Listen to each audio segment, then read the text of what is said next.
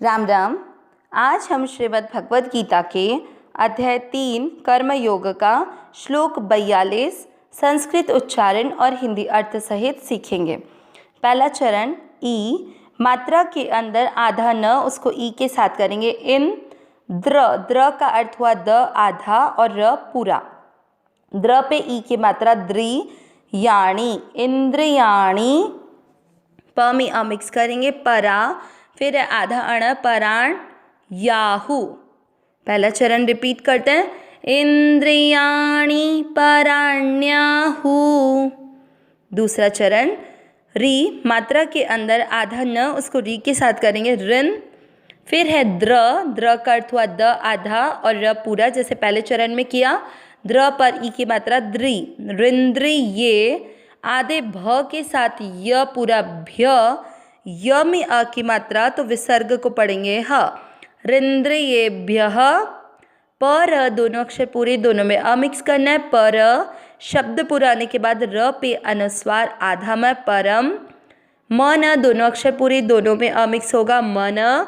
न में अ की मात्रा तो विसर्ग को पढ़ेंगे ह, मनः। सेकेंड चरण रिपीट, रिंद्रियेभ्यः परम मनः। पहला और दूसरा चरण साथ में, इंद्रियाणि पराण्याहू रिंद्रियेभ्यः परम मनः। तीसरा चरण मन, दोनों अक्षर पूरे, दोनों में अ मिक्स करेंगे मन। स पूरे के साथ आधा सस, मनसस। तू की मात्रा छोटी है। प में अ मिक्स करेंगे परा। फिर है बू के साथ में मात्रा के अंदर आधा द, तो बू के साथ आधा द बुद्ध। ध से धनुष पूरा, उस पर ई की मात्रा धी के साथ आधा र धीर, बुद्धिर। तीसरा चरण रिपीट, मनसस्तु परा बुद्धिर। चौथा चरण यो, बू के बाद में आधा द है और ध से धनुष पूरा, जैसे अपन ने तीसरे चरण में बुद्धिर शब्द पढ़ा वैसे ही है। यहाँ पर ध पूरे पर ए की मात्रा लगेगी, तो क्या बनेगा बुद्धे। ध में ए की मात्रा है तो विसर्ग को पढ़ेंगे हे, बुद्धे है। पर दोनों अक्षर पूरे, दोनों में अ मिक्स करना है पर। त के साथ आधा स तस, तू की मात्रा छोटी। स में अ मिक्स करेंगे स में अ की मात्रा है तो विसर्ग को पढ़ेंगे ह, सह। चौथा चरण रिपीट, यो बुद्धे परतस्तु सह। तीसरा और चौथा चरण साथ में, मनसस्तु परा बुद्धि यो बुद्धे परतस्तु सह। पूरे श्लोक का उच्चारण एक साथ, इंद्रियाणि पराण्याहू रिंद्रियेभ्यः परम मनः मनसस्तु परा बुद्धिर् यो बुद्धेः परतस्तु सः। एक बार फिर से, इंद्रियाणि पराण्याहू रिंद्रियेभ्यः परम मनः मनसस्तु परा बुद्धिर् यो बुद्धेः परतस्तु सः। भगवान ने कल के श्लोकों में बताया था कि जो हम इस कामना के कारण ही मनुष्य न चाहते हुए भी पाप कर्म में प्रवृत्त हो जाता है, तो ये मनुष्य का सबसे बड़ा शत्रु है। इस कामना के निवास स्थान के बारे में बताया भगवान ने कि इंद्रियां, मन और बुद्धि, इन 3 जगह पर यह कामना रहती है। इसलिए इसको मारने की आज्ञा अर्जुन को देते हुए भगवान ने कहा कि सबसे पहले अपनी इंद्रियों को वश में करो और फिर ज्ञान और विज्ञान का जो नाश करने वाली ये कामना है, इसको बलपूर्वक मार डालो। आगे वाले श्लोक में भी भगवान उसको मारने की आज्ञा देते हुए ही क्या बता रहे हैं, इंद्रियाणी यानी इंद्रियों को, पराण्याहू। पराण्याहू में 2 शब्द हैं, पराणी धन आहू। पराणी यानी पर यानी होता है श्रेष्ठ, सबल, प्रकाशक, व्यापक और सूक्ष्म। ये पर का अर्थ हुआ। ठीक है। आहू, इसमें रिंद्रिय बेकार जो र है वो आधा र क्यों आया? आहू के बाद का विसर्ग हटने पर, तो आहू यानी कहते हैं। अब र आधा र तो आहू के साथ विसर्ग के कारण हो गया, र पे ई की मात्रा है तो क्या बन गया? इंद्रियेभ्यः, इंद्रियेभ्यः यानी इंद्रियों से। परम, परम यानी पर, अभी पर का अर्थ बताया था, श्रेष्ठ, सबल, प्रकाशक, व्यापक तथा सूक्ष्म। मनः, मन है। आगे मनसस्तु, इसमें मनसः आधा स, मनसः धन तु, मनसः यानी मन से, तू यानी भी, परंतु तू का अर्थ परंतु भी लिया जाता है, यहाँ भी लिया गया है। परा, परा यानी श्रेष्ठ या पर, और फिर बुद्धिर, आधार है, बुद्धि के बाद का विसर्ग हटने पर आया तो बुद्धि ही यानी बुद्धि है। यो, यो यानी जो, बुद्धेः, बुद्धेः यानी बुद्धि से।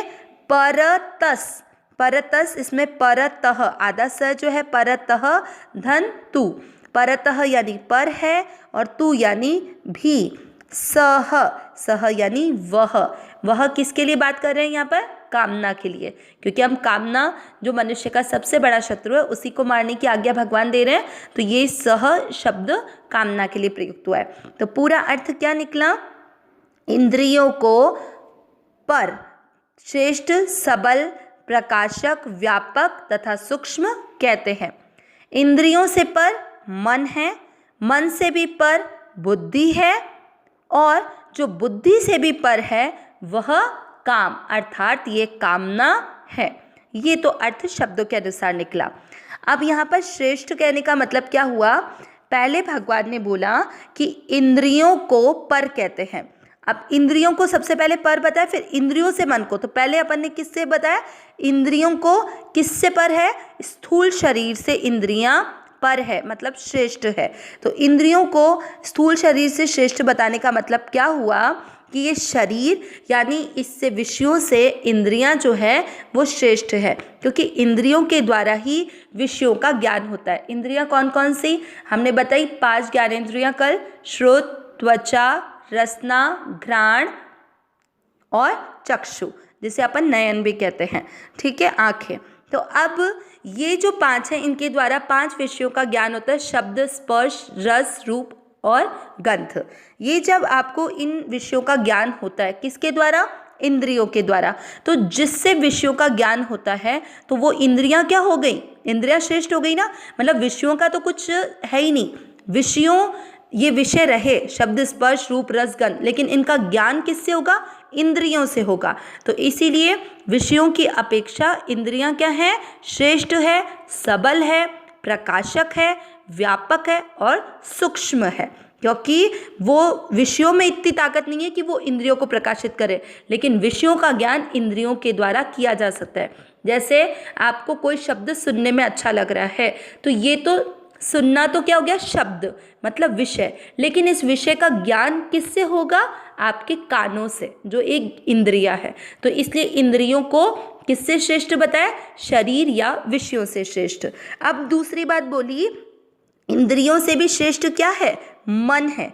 तो मन क्या है कि इंद्रियां जो हैं वो मन को नहीं जानती है, लेकिन जो मन है वो सारी इंद्रियों का जानता है कि ये इंद्रियां जैसे कि हर इंद्रियां वो अपना अपना विषय जान सकती है।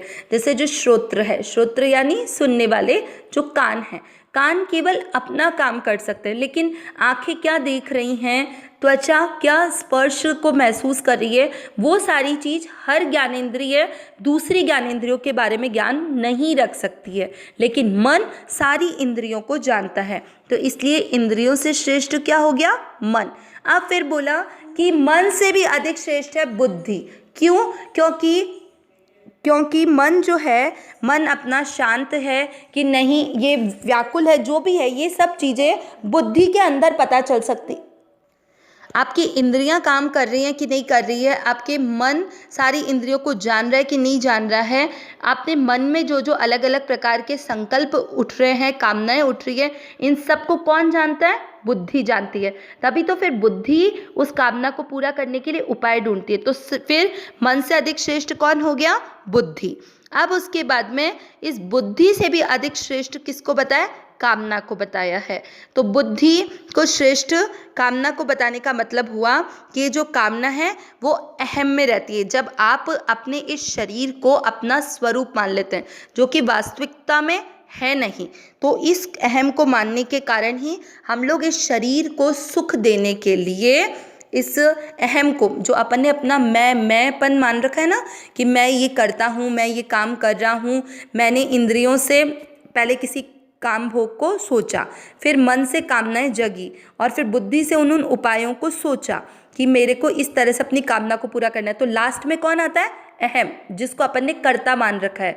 वो कर्ता इस बुद्धि से भी श्रेष्ठ है, क्योंकि बुद्धि के उपायों को करेगा कौन? जिसको आपने अहम मान रखा है। वास्तविकता में कर्ता कौन है? गुण गुणों के अंदर बरत रहे, मतलब सभी कार्य प्रकृति के अंतर्गत हो रहे हैं और प्रकृति परमात्मा के अधीन है, लेकिन हम लोग अपनी भूलवश कर्ता स्वयं मान लेते हैं। तो इसीलिए ये बात बोली है कि जो कर्ता है वो बुद्धि से भी अधिक श्रेष्ठ है, और इस अहम से भी अधिक श्रेष्ठ कौन है? परमात्मा, जिसको भगवान आगे वाले श्लोक में बताएंगे।